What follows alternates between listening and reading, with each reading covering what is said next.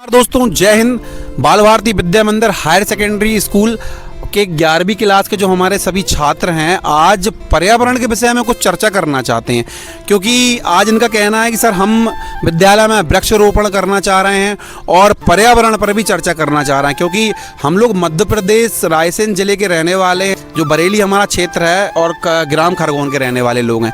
और हमारे यहाँ सबसे ज़्यादा वृक्षों की संख्या बहुत ज़्यादा कम है, क्योंकि दूर दूर तक वृक्ष नहीं पाए जाते हैं। तो हमारे विद्यार्थी काफ़ी दिन से इस विषय में चर्चा कर रहे थे, जो 11वीं के स्टूडेंट हैं, और आज इस प्रोजेक्ट पर बात करना चाह रहे हैं कि पेड़ पौधे और वृक्ष हमारे लिए, हमारे जीवन के लिए सबसे ज़्यादा महत्वपूर्ण क्यों हैं और इनका योगदान क्या है। इस विषय में मैं सबसे पहले चर्चा करना चाहूँगा आपसे। आपका नाम क्या है? मेरा नाम राजकुमार अहरवार है। तो आप क्या चाहते हैं पर्यावरण विषय में, क्या कहना चाहते हैं लोगों से? मैं ये कहना चाहता हूँ कि जो हमारे क्षेत्र में सबसे प्रसिद्ध हनुमान जी का छीनधाम मंदिर है, वहाँ पे राहगीर जब जाते हैं तो वहाँ मछुआई मोड़ पड़ता है। हाँ, मतलब जो श्रद्धालु आते हैं, बड़ी संख्या में श्रद्धालु आते हैं। हाँ, यही कहना है मेरा कि जो मछुआई का जो रास्ता है, तो वहाँ पर क्या दिक्कत है? वहाँ पे पेड़ पौधे पर्याप्त बिल्कुल नहीं है, छाए भी नहीं है, वहाँ पे छाया भी नहीं है। हाँ। आप चाहते हैं कि गर्मियों के टाइम पर जब हमारे श्रद्धालु वहाँ खड़े होते हैं धूप में, तो बड़ी दिक्कत होती है। गर्मी के टाइम पर उनको धूप में खड़ा होना पड़ता है। धूप में खड़ा होना पड़ता है। तो इनका कहना ये है दोस्तों कि हमारा जो ये बरेली का क्षेत्र है, यहाँ पर सबसे प्रसिद्ध मंदिर है हमारे हनुमान जी का, जो छीनधाम है, और जहाँ दूर दूर से, काफ़ी दूर से श्रद्धालु आते हैं दर्शन करने के लिए। और इसके कारण श्रद्धालुओं को रोड पर खड़ा होना पड़ता है, क्योंकि दूर दूर तक वृक्ष ही नहीं है। जब वृक्ष नहीं है तो छाया नहीं मिलती, और सबसे ज़्यादा दिक्कत होती गर्मी के टाइम पर, लोगों को चक्कर आ जाते हैं। ऐसा ये राजकुमार अहरवार जी ये कहना चाह रहे थे, क्योंकि ये काफ़ी टाइम से ऐसा देख रहे थे। अब मैं पूछना चाहूँगा हमारी 11वीं की छात्रा से, आपका नाम क्या है? ऋचा गोस्वामी।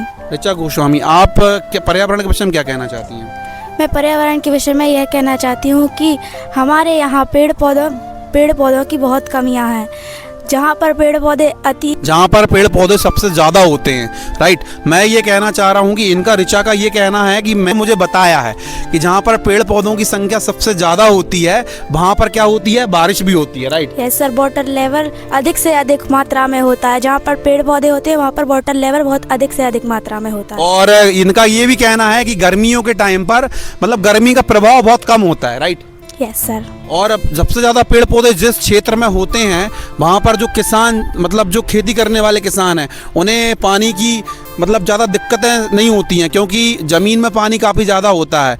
और हमारा क्षेत्र, जैसे कि अब हमारे बीच में मैं पूछना चाहूँगा ललित कुशवाहा, आपका नाम क्या है? ललित कुशवाहा। ललित कुशवाहा, आप क्या कहना चाहते हैं? मैं ये कहना चाहता हूँ कि जहाँ पर पेड़ पौधे ज़्यादा होते हैं वहाँ पर पानी की मात्रा ज़्यादा होती है। और जैसे अब आप किसान हैं, तो आपके खेतों में पानी की मात्रा शायद कम है। जी सर, वहाँ पर पेड़ पौधे नहीं हैं। पेड़ पौधे नहीं हैं, तो आप ये चाह रहे हैं कि हमारे क्षेत्र में भी सबसे ज़्यादा अगर हम पेड़ पौधे लगाएंगे तो उसी के कारण वाटर लेवल भी बढ़ेगा और गर्मी का प्रभाव भी कम होगा और हमारा क्षेत्र हरा भरा भी रहेगा।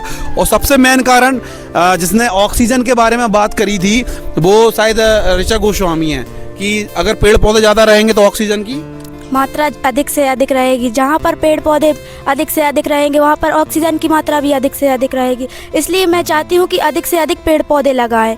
अच्छा, और हमारे, अब इस विषय में हाईवे की चर्चा करना चाह रही थी ऋषिका, आपका नाम क्या है? ऋषिका। ऋषिका धाकड़। ऋषिका धाकड़, आप क्या कहना चाहती हैं? सर, आप देख रहे हैं कि हमारे क्षेत्र खरगोन और बरेली में कई जगह दूर दूर तक पेड़ पौधे दिखाई नहीं देते, विशेष रूप से हाईवे के किनारे। गर्मियों में लोगों को छाया तक नहीं मिलती वहाँ। अच्छा, और आपने जो एक मूवमेंट देखा था, यहाँ पर किसी का एक्सीडेंट हुआ, फिर उसके बाद उसको कहीं छाया भी नहीं मिली बैठने के लिए, क्योंकि दूर दूर तक पेड़ पौधे थे ही नहीं।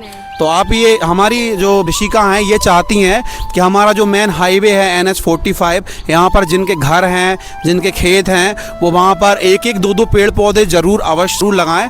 और बहुत ज़रूरी है हमारे जीवन के लिए और पशु पक्षियों के लिए भी और मानव के लिए भी, क्योंकि जब ऐसा हादसा होता है तो लोगों को जगह भी नहीं मिलती है कि इतनी धूप में कहाँ बैठें। तो मैं ये चाहता हूँ, अभी बारिश का समय है और हम चाहते हैं कि जिनके खेत या जिनके घर हाईवे पर हैं, रोड रोड के किनारे पर हैं, जहाँ ज़्यादा से ज़्यादा संख्या में यात्री आते हैं या लोग रुकते हैं, तो इस कारण आप एक एक दो दो पेड़ पौधे अवश्य लगाएं। दोस्तों, मैं आपको बताऊं कि आज हमारे 11वीं क्लास के छात्र और छात्राएं हैं और ये इनका कहना ये है कि आज ये वृक्षारोपण करना चाह रहे हैं और उसके साथ साथ आपको कुछ संदेश भी देना चाह रहे हैं। तो आप लोगों का क्या संदेश है? हम क्लास 11 के स्टूडेंट आप सबसे ये निवेदन करना चाहते हैं कि अधिक से अधिक मात्रा में पेड़ लगाएं और उनकी देखभाल करें।